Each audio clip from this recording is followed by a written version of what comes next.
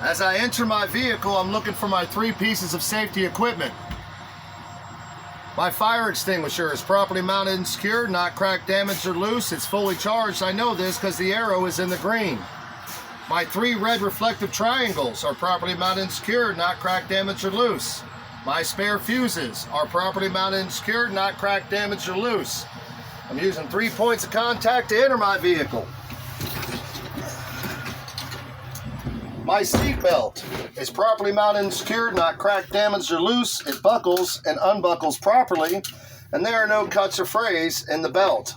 I'm going to safe start my vehicle. I'm going to ensure she's in neutral. Make sure both of my knobs are popped out. I'm going to sweep my gauges. As I'm sweeping my gauges, I notice my ABS light came on. It went off, indicating I don't have a problem. My DEF light has come on and stayed on, indicating I don't have a problem.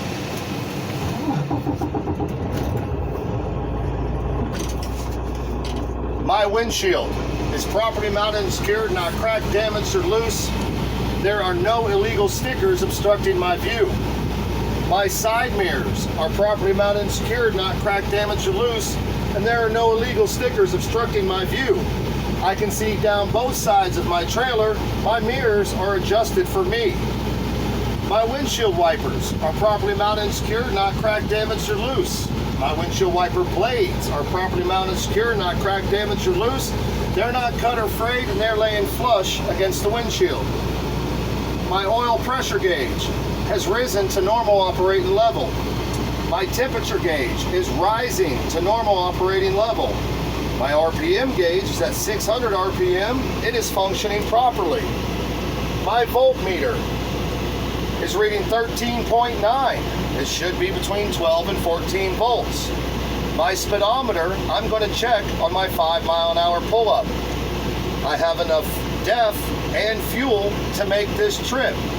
My primary and secondary air tanks are rising to normal operating level. Governor cutoff is between 120 and 140.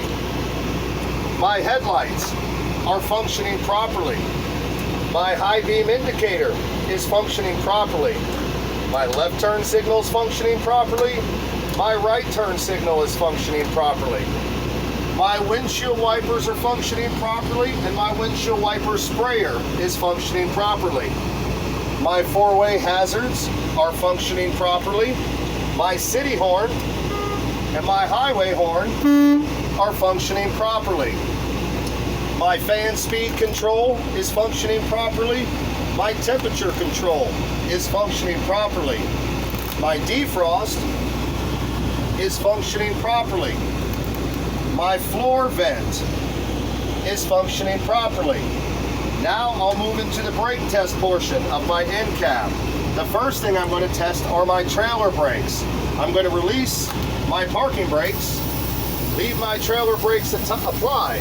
I'm going to put the vehicle in low gear, and I'm going to slowly release the clutch until I feel a slight tug. My trailer brakes are functioning properly. Now I'm going to release my trailer brakes and keep my parking brakes on. I'm going to release my clutch slowly until I feel a slight tug. I felt a slight tug. My truck brakes, parking brake, are functioning properly. Now I'm going to do my 5-mile-an-hour pull-up to apply my service brake to make sure my vehicle does not pull left or right, indicating I would have a brake problem. I'm also going to be checking my speedometer on my 5-mile-an-hour pull-up.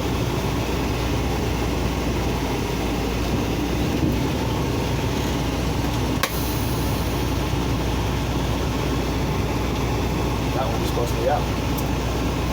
I applied my service brake on my 5-mile-an-hour pull-up, and my vehicle did not pull left or right, indicating my brakes are functioning properly. Also, I noticed that my speedometer is functioning properly. At this point, I'm going to build up my air tanks to the governor cutoff between 120 and 140 before I begin my bleed down test.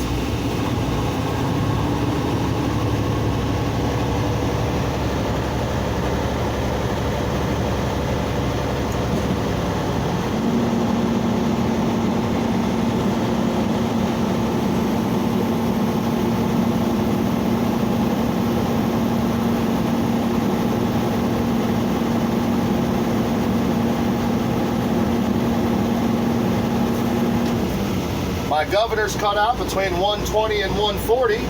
I'm going to shut my vehicle off. I'm going to turn my key back on to the accessory position. I'm going to rest my foot on the brake pedal for 1 minute, and I should not lose more than 4 psi for combination vehicles within that 1 minute. Examiner, can you please time me? We're going to call that a minute. I did not lose more than 4 psi for combination vehicles in that 1 minute.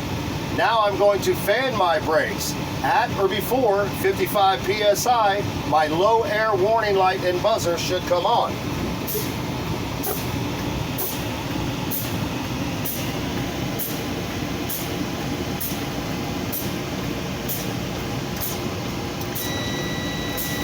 My low air warning light and buzzer came on at or before 55 psi.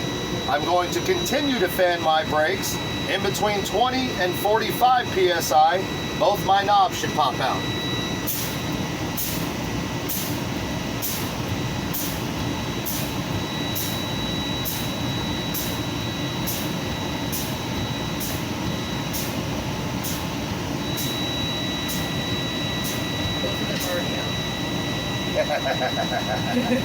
You didn't push him back in.